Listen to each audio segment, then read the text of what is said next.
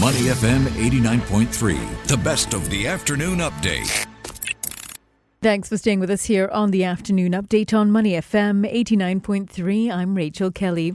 Now, KPMG estimates that the decarbonisation opportunity in ASEAN is expected to reach between $7.5 trillion to $10 trillion by 2050, and about half of the investments channeled towards renewable energy and strengthening power infrastructure across ASEAN. To tap into this trend, it's launched KPMG's ASEAN Decarbonisation Hub here in Singapore.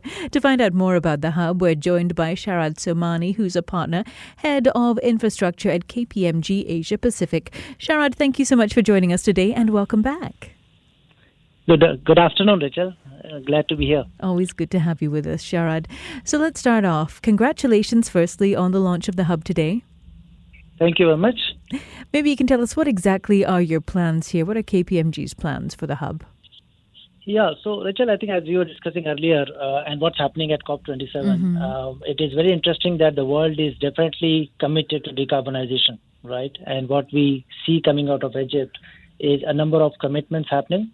One of the things we realized at KPMG over the last 2 years of our engagements with the industry, that there is a lot of commitment, but the roadmap may not be very, very clear.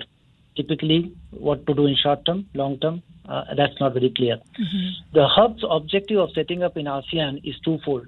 One is we believe that ASEAN's overdependence on fossil fuel needs a strong trajectory to get them out of that over the next 10 to 15 years if we were to meet our net zero goals.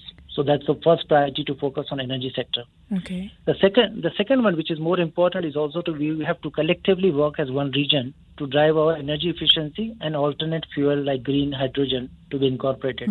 Because no one country can meet its goal on its own. We have to work collectively as a region.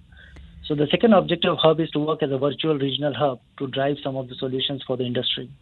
So talk to us about, I understand that you've got a number of pillars that you're going to be focused on for the hub. Talk to us about, help us to understand what the hub looks like, what's inside, how it works. Sure.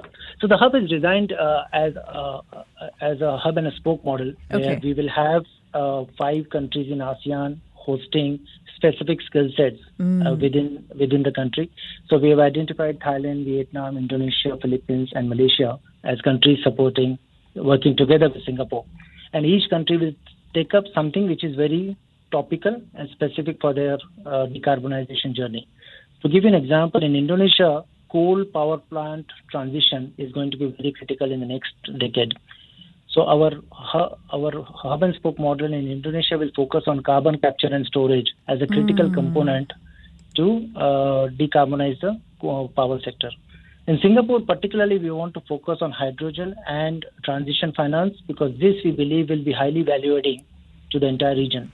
And with our commitment to transition 50% of our power requirements through green hydrogen, I think there will be a lot of focus on research, development, as well as investment in green hydrogen projects. So effectively, each country taking a leadership in one particular module and helping our clients across the value chain is the objective. That's right. And hydrogen, there was a key conversation at the recent Singapore International Energy Week as well. So I'm looking at some of the numbers that KPMG have put out in line with the launch of this hub. As I mentioned in the intro, you're estimating that the decarbonisation opportunity in ASEAN is expected to reach between $7.5 trillion to $10 trillion by 2050. You've mentioned some specific areas of focus for the countries that you're working with for the hub, but maybe you can tell us, where are the key opportunities for those that are looking to tap into the sectors that are going to benefit most from these numbers, 7.5 and $10 trillion? Yeah, so there are a few areas. There are few obvious ones like renewable energy. So we will, of course, have solar and wind, a lot of investments in that space. There will be a lot of investment dollars going in battery storage technologies, as well as hydrogen import infrastructure to be developed, right? Because this is going to be fundamental. The third area where we see a lot of investment is grid strengthening in ASEAN. You know that Singapore is aspiring to import 4 gigawatts of power. I think most ASEAN countries will have to strengthen the grid to be able to meet the requirement for the region. We also need to strengthen the grid, of course, for intermittency related to renewable energy, because renewable energy coming into the grid will impact the system a fair bit. So that's the third area. The fourth area is on energy efficiency, which is not very well appreciated, but going forward will take an important center stage as industries strive to focus on making their processes more efficient and less energy intensive.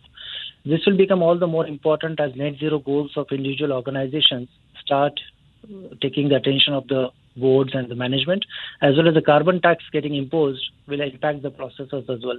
So those are the four big areas that we believe will drive a lot of investment into the decarbonization space. So you've spoken about investment opportunities. Now let's talk about talent, because you're expecting over 50,000 new jobs in the energy transition to be created in Singapore over the next decade, and over 5.5 million in ASEAN. What kind of jobs are we looking at here, Sharad? So that's very important angle, and we believe that as we transition from a fossil fuel based economy to a low carbon decarbonized economy in the next 30 years, a number of jobs will be created, particularly in the industry of renewable energy, carbon capture and storage, and green hydrogen. Right. So these are the big themes that will drive our entire transition. What will also be required is refocusing and retraining of our existing people, right? Because we have to ensure a just transition. It's not a matter of switching off a coal plant and going to the solar, isn't it? We have to train our people to manage the new decarbonized jobs as well. So that will be a fair bit of focus. The other thing which is going to be important is as digitization takes center stage, a number of jobs will get created in the digital data analytics and broader digital transformation space. And this is where we see a lot of opportunity coming up as well. So those are the big three areas where we'll see a number of new jobs coming up, which will benefit the ASEAN economies. Okay, Sharad. Well, thank you so much for taking the time to speak with us today. Okay, look forward. Thank you so much. Thank you. We've been speaking with Sharad Somani, Partner Head of Infrastructure at KPMG Asia Pacific, about the launch of the KPMG ASEAN Decarbonisation Hub. That's right here in Singapore. You're listening to Money FM 89.3. To listen to more great interviews, download our podcasts at moneyfm893.sg or download our audio app. That's AWEDIO. Available on Google Play or the App Store.